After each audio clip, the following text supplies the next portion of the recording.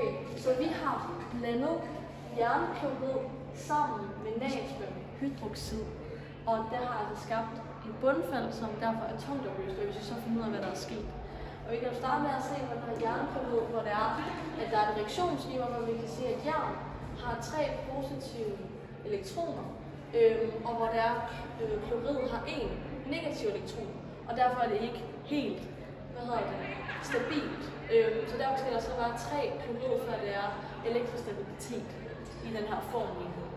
Og det samme er her med natriumhydroxid, hvor der er 1 natrium positiv elektron og 1 negativ elektron her i hydroxid.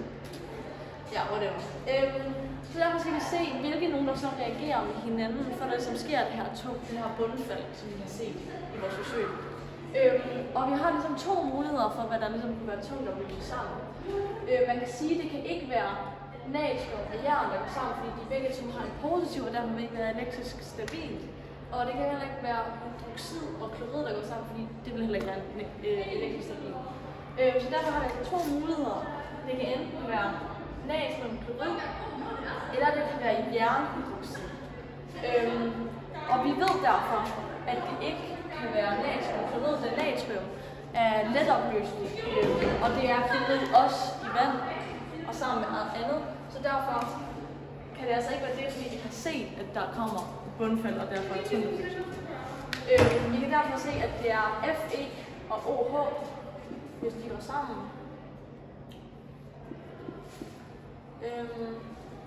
Fordi at det kan vi også se i det schema, at det så bliver tungt opløseligt, når vi ligesom tager mod hinanden. Og hvis vi skal lave et reaktionsskema for det, så kan vi se, at Fe, altså jern, har 3 positive elektroner. Og så hvis vi sætter det sammen med OH, der ved vi, at den kun har 1 negativ elektron. Men hvis det så skal være elektrisk stabilt, så skal der så være 3 OH'er. Og derfor giver det så det her til sidst. Og dermed bliver det så jernhydroxid, som giver tungt bundfald. Jeg har lige set videoen igennem, og jeg har simpelthen opdaget en fejl. Jeg har opdaget, at jeg skal huske at sætte en parentes imellem her, så vi er sikre på, at vi ved, at det er 3 OH'er, der er altså hydrogenoxid. Det skal vi simpelthen også gøre heroppe. Og vi skal sætte 3-tallet foran OH her. Grunden til, at der skal være en parentes ved OH og ikke ved Fe, hvis der nu var flere af jern, er fordi, at OH er en fleratomion, og det er jern ikke. Okay, så havde vi også en blanding, som hed jernklorid og natriumfosfat, som så vi skulle blande sammen. Og der kunne vi så også se, at der var bundfald, altså at der var noget, der blev tungt opløseligt. Og hvis man nu lige deler de her 2 forskellige op, så kan vi altså se, at jern, den har 3 plusser, og klorid, den har så 3 minuser. Og på den måde så går de ligesom ud med hinanden og bliver så elektrisk neutrale. Hvor at hernede ved natriumfosfat, så kan vi se, at natrium så har plus, og fosfat har et minus. Og på den måde bliver de altså også elektrisk negative. Så har jeg lige lavet sådan et lille reaktionsskema her, med sådan de forbindelser, vi ligesom havde i det her sådan forsøg. Hvor igen her har vi jern med plusserne, vi har klorid, vi har natrium og vi har fosfat.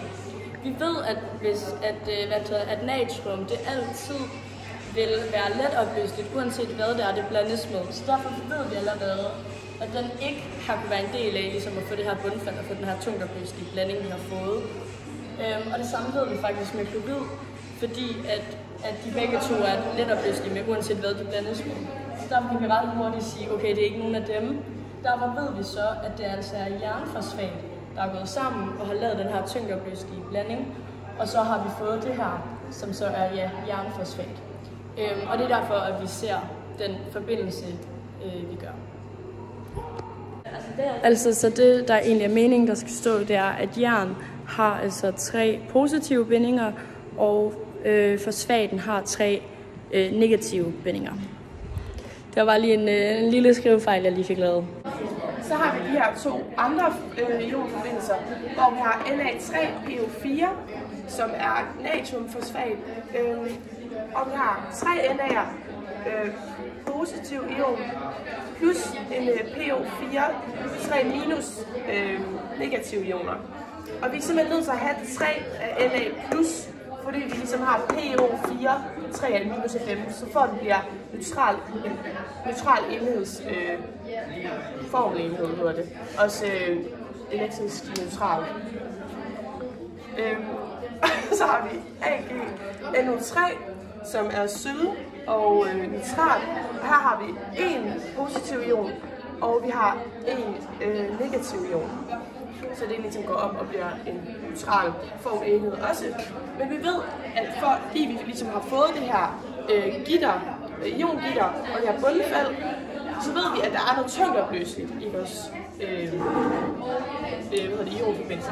Men vi ved, at Na og NO det ligesom ikke er muligt at lave noget tyngdeopløseligt. Det er bare noget, vi ved. Det kan kun være letopløseligt. Så det vi har tilbage, det må være PO4 minus 3 og Ag+, som danner det her tyngdeopløselige, som ender med at have sølvfosfat.